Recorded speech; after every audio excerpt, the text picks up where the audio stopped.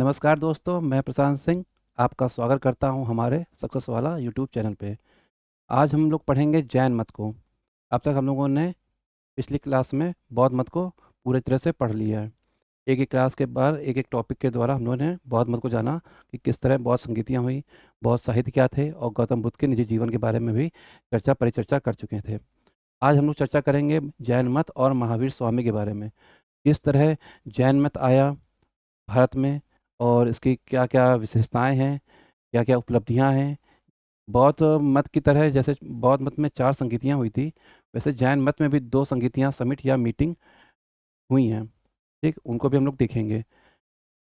ऐसा कहा जाता है कि जैन जो मत है, धर्म है, इसमें कुल 24 तीर्थंकर हुए हैं, जिन्होंने अपने अपने समय में लोगों को ज्ञान दिया और उनको सही राह दिखाई। ठीक, इन्हीं में से एक तीर्थंकर थे पार्श्वनाथ, जिनको हम 23rd या 23वां तीर्थंकर कहा जाता है। और अंतिम और 24वें जो तीर्थंकर थे, वो थे हमारे महावीर स्वामी, जिनके नाम से ही जैन मत को अधिकतर जाना जाता है। लेकिन कभी कभी प्रश्न जो होते हैं वो इस तरह इस रूप में नहीं आते। वो इस रूप में आएंगे कि ऐसे कौन से तीर्थंकर है जिनका उल्लेख ऋग्वेद में मिलता है, ऋग्वेद में मिलता है, या कौन से तीर्थंकर ऐतिहासिक माने जाते हैं, या कभी कभी कुछ खास तरह से प्रश्न पूछा जाता है। जैसे तीर्थंकर और उनके प्रतीक चिन्ह क्या क्या होते हैं। प्रतीक चिन्ह क्या होते हैं? डिनोट करना किसी चीज़ को, है ना, सिंबल। प्रतीक चिन्ह का मतलब है सिंबल। जैसे मैथ के फॉर्मूले में या साइंस में हम लोग हर चीज़ को डिनोट करते हैं, उसी तरह तीर्थंकरों को भी हम लोग अलग अलग चीज़ों से डिनोट करते हैं। किस तरह से कौन सा तीर्थंकर किस स्थिति में अपना अपने आप को दर्शाता है। जैसे महावीर स्वामी ने अपने आप को किस रूप में दर्शाया है, पार्श्वनाथ ने किस में दर्शाया है, या ऋषभदेव अरिष्टनेमी का क्या है, और पहला तीर्थंकर कौन था। तो कहीं कहीं ऋषभदेव नाम मिलता है और कहीं कहीं नाम मिलता है ऋषभनाथ। तो इस पर भी ध्यान देना पड़ेगा हम लोग को। तो अरिष्टनेमी का नाम जैसे आता है, कहा जाता है कि श्री कृष्ण के एक भाई थे। ठीक, तो इस तरह से प्रश्न मिलते हैं काफ़ी। तो उसमें तो ऐतिहासिक नहीं है, लेकिन जो ऐतिहासिक तीर्थंकर हैं उनमें पार्श्वनाथ जो 23वें और महावीर स्वामी जो 24वें तीर्थंकर हैं। तो महावीर स्वामी की जीवन की उपलब्धियां और उनका निजी जीवन क्या है, इसके बारे में देखेंगे, और जानेंगे कि जैन मत क्या है, जैन मत की क्या शिक्षाएं हैं, उन्होंने आत्मा को माना है कि परमात्मा को माना है, कर्म पुनर्जन्म के बारे में उनके क्या विचार हैं। ठीक, इन सब चीज़ों को देखते हैं। तो हम लोग चलिए स्टार्ट करते हैं। जैन मत।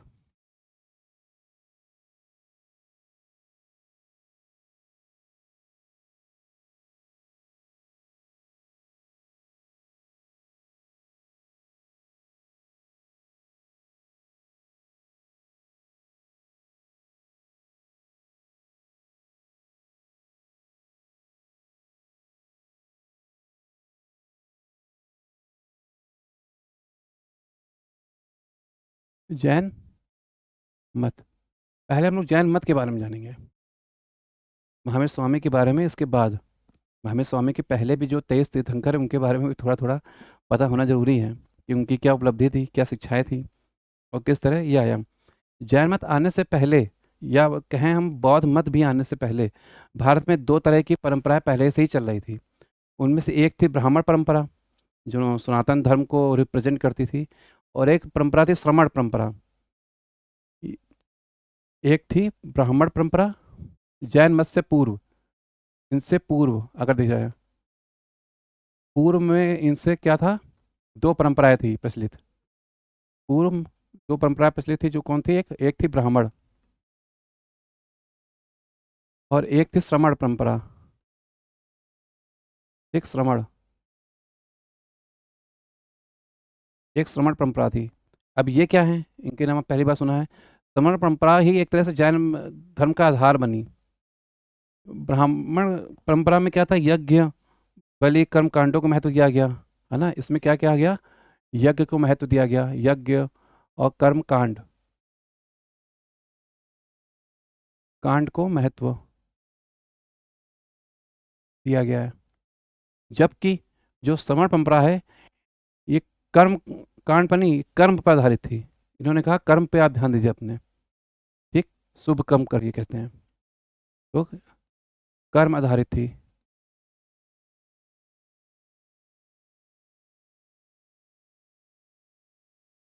श्रमण का मतलब ही हो गया श्रम से, है ना, श्रमण। तो ये चीज़ है। अब मेन चीज़ है कि जो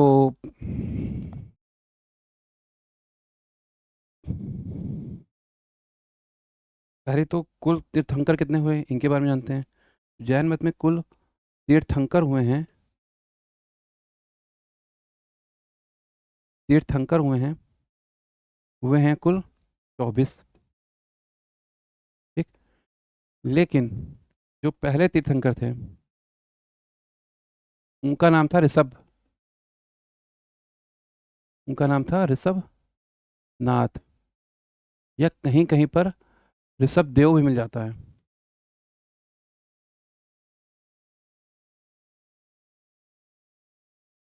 ऋषभ देव भी। ठीक।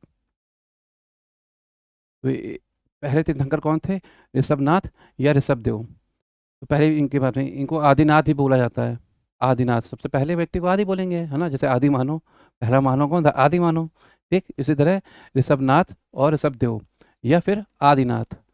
तो अगर इन तीनों में से कोई भी एक नाम आ जाए आपके पास, तो आप जान जाइएगा कि जैन मत के बारे में बात की जा रही है। ठीक। जैन मत जो है ईसा मसीह के समय से 600 वर्ष पहले से ही भारत में अस्तित्व में था। इसका मतलब है कि ईसा मसीह, ये जो मत है ये 6वीं 5वीं शताब्दी ईसा पूर्व में आया। इसका मतलब ये है कि 600 साल पहले ये अस्तित्व में आ चुका था ईसा मसीह से। ईसा मसीह के 600 वर्ष पहले से ये अस्तित्व में था। ठीक। तो ऋषभनाथ थे। तो पहले जो तीर्थंकर हैं, जो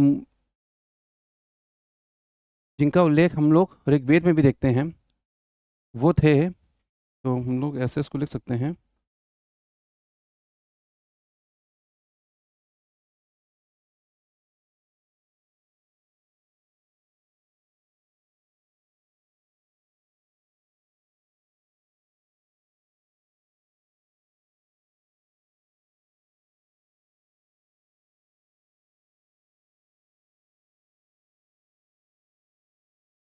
का उल्लेख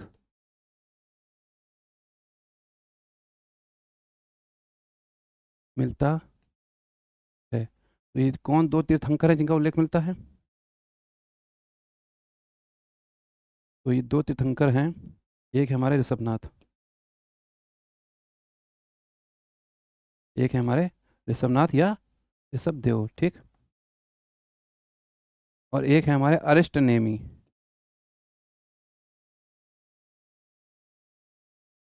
अरिष्ट नेमी।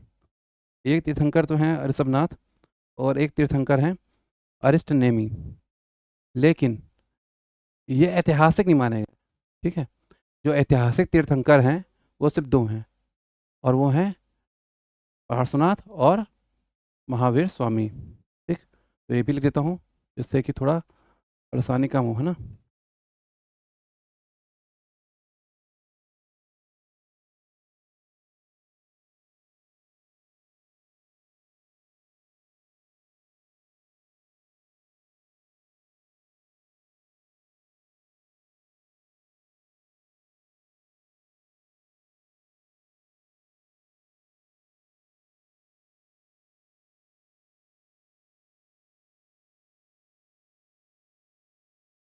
वो ऐतिहासिक तीर्थंकर सिर्फ दो माने गए हैं। एक हैं पार्श्वनाथ। पार्श्व, कहीं कहीं इनका नाम पारसनाथ भी मिल जाता है। ठीक है। तो सही शब्द इनका है, उच्चारण जो है इनका, वो है पार्श्वनाथ। ठीक। और एक है महावीर स्वामी।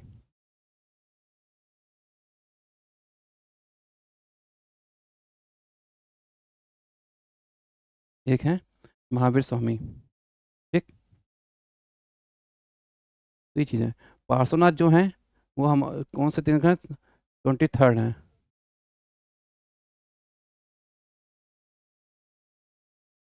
ये हैं 23rd तीर्थंकर। और ये कौन से हैं आपके नंबर के, ये 24th हैं। मतलब 24वें भी हैं और अंतिम भी हैं। ठीक है। तो ये भी रखेगा, ये 24वें और अंतिम दोनों ही हैं।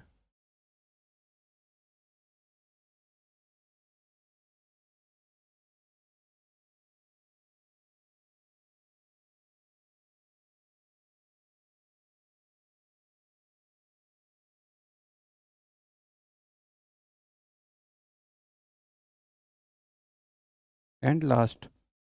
ठीक। 24वें और अंतिम, इसके बाद तीर्थंकर नहीं हुए। तो कभी कभी इनके सिंबल पूछ लिए जाते हैं कि कौन से तीर्थंकर को किस सिंबल से डिनोट किया गया है, दिखाया गया है। तो इनको भी हम लोग जान लेते हैं, क्योंकि एग्ज़ाम में कुछ भी पूछ सकते हैं, इसका कोई अंदाज़ा तो लगा नहीं सकते हैं। तो हमारा काम है उस चीज़ के बारे में वो अधिकतर जानकारी को प्राप्त कर लेना जो एग्ज़ाम की दृष्टि से महत्वपूर्ण है और पूछी जा सकती है, बस। बाकी चीज़ें हमारे लिए बेकार हैं। तो फिर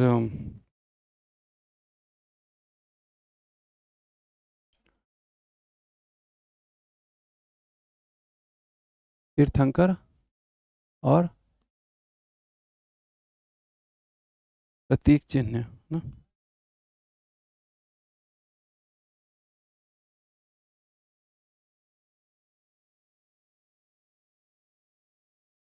चिन्ह ओ, ऋषभदेव जैसे हैं। पहले तीर्थंकर कौन है? ऋषभदेव का नाम लिख लेते हैं हम लोग पहले। कुछ तीर्थंकरों के बारे में लिखना है जो इंपॉर्टेंट है, बाकी के बारे में नहीं है। ऋषभ नाथ या ऋषभदेव, ठीक है। तो इनका क्या है, हम लोग ये देख लेते हैं। तो ऋषभदेव का जो प्रतीक चिन्ह था वो था बैल। ठीक। क्या था? बैल। बैल। वृषभ। ठीक। बैल का मतलब वृषभ। ठीक। तो ये है। इसी तरह जो 23वें मतलब दूसरे थे हमारे 22वें तीर्थंकर अरिष्ट नेमी। तो एक अरिष्ट नेमी का नाम भी आता है, इनका शंख था।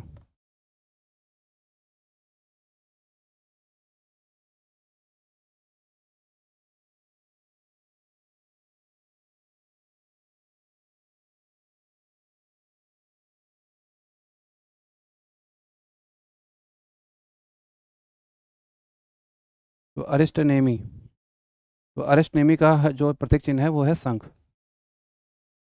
ठीक।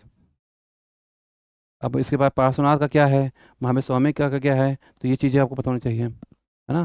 तो पार्श्वनाथ का क्या है? पार्श्वनाथ का क्या है? वो है सर्प, सांप। ठीक। और महावीर स्वामी का क्या है? वो है सिंह। सिंह। ठीक। तो ये है। हाँ, अरिष्ट नेमी अगर पूछ लिया जाए कभी तो ये 22nd नंबर के हैं, 22nd तीर्थंकर हैं। ठीक है। ठीक। तो 22nd तीर्थंकर हैं, तो ये भी आपको पता होना चाहिए। कभी कभी हो सकता है मान लो उनका जन्म स्थान पूछ लें, तो जन्म स्थान भी अगर पता रहे तो अच्छा है, क्या जाता है, थोड़ा जानने में चीज़ें मिल जाएंगी। तो इनका जन्म स्थान अगर आपको देखना है, इनका जन्म स्थान अगर आपको देखना है तो क्या होगा? तो एक हेडिंग बना लेते हैं, इसमें भी एक लाइन लिख लेते हैं, जोड़ लेते हैं, जन्म स्थान। ठीक। तो ऋषभनाथ का जो जन्म स्थान बताया था वो अयोध्या है, बताया है अयोध्या। ठीक है। इनका बताया था अयोध्या। इनका उज्जैन है, अरिष्टनेमी का। अरिष्टनेमी का क्या है? उज्जैन।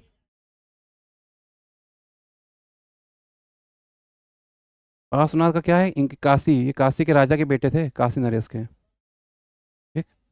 और महावीर स्वामी का तो आप जानते हैं, बिहार में एक जगह है कुंड, कुंडाग्राम, वैशाली के आसपास का जगह है कुंडाग्राम। ठीक। तो वहाँ पे इनका जन्म हुआ था, कुंडाग्राम में। हाँ, एक चीज़ है जो मैं आपको बताऊंगा आगे चल के, तो वो भी इम्पोर्टेंट है। ठीक है, तो ये आप इसको नोट कर लीजिएगा। अब अब जैसे दो तीन चीज़ें होती हैं उनको भी देख लेते हैं। अब वो दो तीन चीज़ें क्या हैं? एक चीज़ है कि लोग पूछते हैं कि महावीर स्वामी पहले आए या महात्मा बुद्ध पहले आए, तो याद रखिएगा कि महावीर स्वामी पहले आए हैं, महात्मा बुद्ध उनके बाद आए हैं। मतलब महावीर स्वामी जो थे करीब करीब 25 से 28 या 30 साल उनसे सीनियर हैं, उसके बाद आए महात्मा बुद्ध। ठीक है, तो ये भी एक चीज़ याद रखनी जरूरी है कि बाई चांस अगर ऐसा कुछ हुआ तो हम लोग को पता होना चाहिए। जो शुरुआत के तीर्थंकर थे, उन्होंने क्या किया? उन्होंने राह सुझाई, लोगों को सही मार्ग दिखाया और भी चीज़ें दी। इसी तरह एक कहानी आपने सुनी होगी कि हमारे देश का नाम भारत किसके नाम पे पड़ा? आपने सबने पढ़ा होगा कि हमारे भारत का जो भारत नाम है, वो भरत पुत्र के नाम से पड़ा है। और वो शकुंतला के पुत्र थे, राजा दुष्यंत, और शकुंतला की संतान थे भरत। तो उन्हीं के नाम से हमारे देश का नाम भारत पड़ा है। लेकिन ऐसा नहीं है, ठीक है? ये किंवदंती है, एक कहने वाले लोगों के मुंह से निकली बात है, तो वो बह पहुंची है, किंवदंतियां हैं, ठीक। दरअसल असली बात ये है, सच्ची बात, कि ऋषभनाथ के जो पुत्र थे, ऋषभनाथ के 100 पुत्र थे, तो उनमें एक जो सबसे बड़े पुत्र थे, उनका नाम था भरत। वो अचेतन मन से, मतलब अचेतन थे बिल्कुल एक तरह से, तो जड़ भरत भी कहते हैं उनको। उनके नाम से हमारे देश का नाम भारत पड़ा है, ठीक है? तो एक ये भी चीज़ है नॉलेज की, एग्जाम में नहीं आती, लेकिन पता हो तो क्या बुरा है, ठीक। तो अब आगे देखते हैं हम लोग।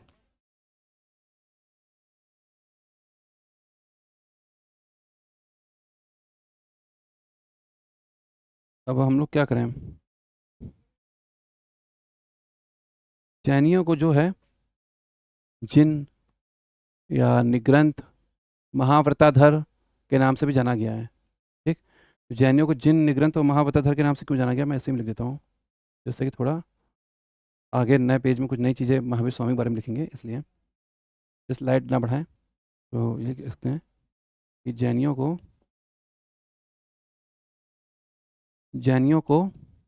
जिन, ये वाला जिन नहीं है, ठीक है, जो चिराग रगड़ कर निकलता है, जिन निग्रंथ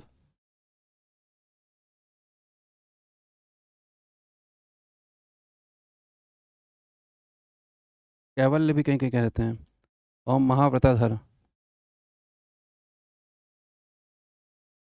धर भी कहा जाता है,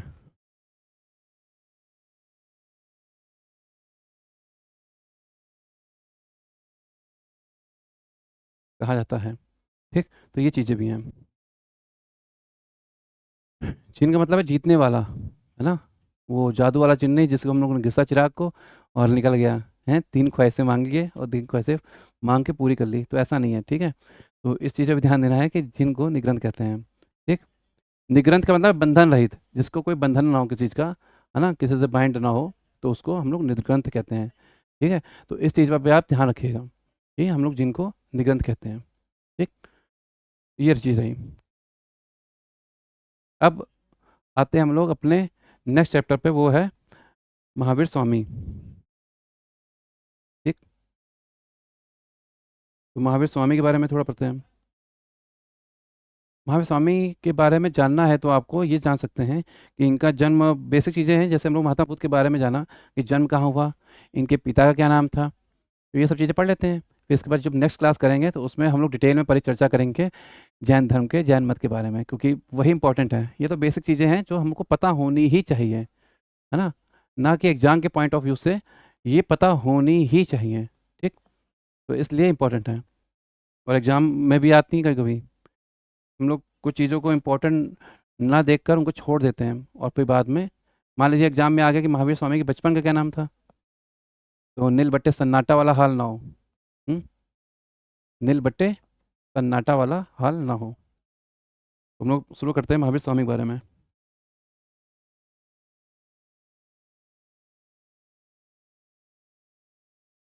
Mahavir Swami, date of birth इनके बारे में लिखना कोई ज़रूरी नहीं है वैसे, अगर देखा जाए तो 540 से 468 इनका आप समय मान सकते हैं, है ना? तो अगर लिखना चाहे तो लिख सकते हैं 540 से 468 ईसा पूर्व, ठीक।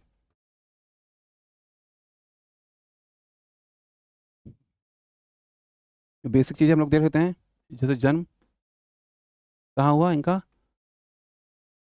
कुंडग्राम, वैशाली में, ठीक। ये इंपॉर्टेंट है। कुंडग्राम वैशाली में इनका जन्म हुआ। पिता कौन थे इनके? पिता सिद्धार्थ नाम था। गौतम बुद्ध के बचपन का नाम भी सिद्धार्थ था, ठीक है। तो पिता का नाम क्या था? सिद्धार्थ। ओ, पिता कौन थे इनके?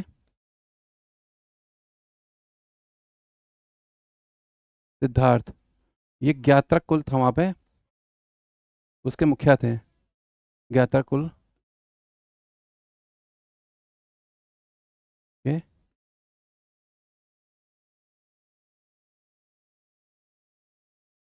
पिता हो गए। अब माता का क्या नाम था? जो इनकी माता थी, वो नाम थी उनका त्रिशला। वो लिच्छवी राजकुमारी थी। एक लिच्छवी का राजा था चेटक। और ये महावीर स्वामी अगर देखा जाए और एक बिंबिसार हैं, वो आपस में संबंधी, एक मतलब से एक दूसरे से वो जिया क्या कहते हैं मतलब जो राजा चेटक था, चेटक जो राजकुमारी थी वो इनकी माँ थी, और जो चेटक की बहन थी वो बिंबिसार की पत्नी थी, ऐसे है, ठीक। तो इनकी माता का क्या नाम था? त्रिशला। तो यहाँ लिख सकते हैं सिर्फ लिच्छवी राजकुमारी, यही इंपॉर्टेंट है। कभी कभी प्रश्न आ जाता है लिच्छवी राजकुमारी, ठीक। राजा चेटक की बहन थी। अब कुछ चीज़ें और। बचपन का नाम क्या था इनके? तो बचपन का नाम इनके क्या था? वर्धमान, ठीक। बता दिया, लिखने की जरूरत नहीं है, ठीक है, पता होना चाहिए, ठीक। एग्जाम में नहीं पूछा जाता ये चीज़ें। तो बचपन का नाम वर्धमान था, लिख लेते हैं जब इतना लिखा है तो।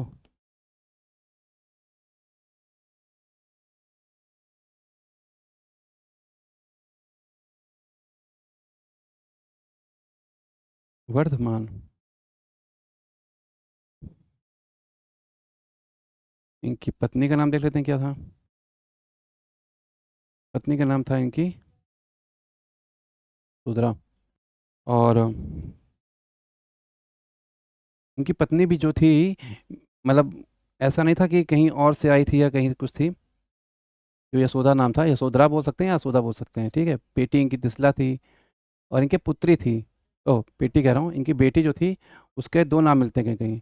एक जगह मिलता है अड़ुज्या और एक जगह मिलता है प्रियदर्शना। मतलब जो जैन ग्रंथ लिखे गए उसमें कहीं कहीं प्रियदर्शना नाम है, और ऐसे अड़ुज्या नाम था, ठीक। तो पत्नी कौन थी इनकी? यशोधरा, ठीक। यशोधरा या यशोदा। पुत्री इनकी थी अड़ुज्या या प्रियदर्शना।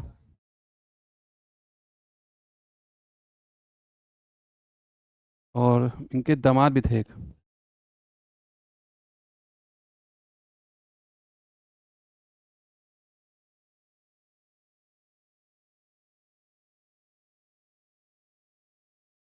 दामाद जो थे इनके, वो थे जमाली। जमाली। इनके दामाद जो थे महावीर स्वामी के पहले शिष्य भी थे, और जैन संघ को छोड़ने वाले पहले व्यक्ति भी ये जमाली ही बने थे। तो एक ये भी चीज़ इंपॉर्टेंट हो जाती है कभी कभी। कभी कभी क्या है कि पूछ लिया जाता है और हम लोग को याद नहीं रहता है, ठीक। तो बाकी चीज़ें नहीं पता करनी जरूरी है। इनकी बहन का क्या नाम था, है ना। तो ये सब चीज़ें कोई बहन का नाम का, इनकी बहन का नाम जो था वो सुदर्शना था, ठीक। तो ये सब चीज़ें हैं। तो इन चीज़ों को आपको ध्यान रखना बहुत ज़रूरी है, क्योंकि ये पूछी जाती हैं। तो पूछी भी जाती हैं और इम्पोर्टेंट भी रहती हैं। जैसे लिच्छवी राजकुमारी थी, ये इम्पोर्टेंट है। ये चेटक की बहन थी तिसला, है ना। चेटक, राजा चेटक थे, उनकी बहन थी ये, ठीक। तो ये सब चीज़ें हैं। 30 वर्ष की अवस्था में इन्होंने अपना गृह त्याग दिया, महावीर स्वामी ने, और तपस्या की, और इनको ज्ञान की प्राप्ति हो गई। जैसे महात्मा बुद्ध को ज्ञान की प्राप्ति हुई, इनको भी लेकिन ये कैवल्य कहलाए। सर्वोच्च ज्ञान, कैवल का मतलब होता है सर्वोच्च ज्ञान। तो ये सब चीज़ें हैं। तो ये नेक्स्ट क्लास में लिखते हैं हम लोग। आज के लिए इतना ही रखते हैं। अब फिर हम लोग अगली नेक्स्ट क्लास में मिलते हैं। Okay, thank you.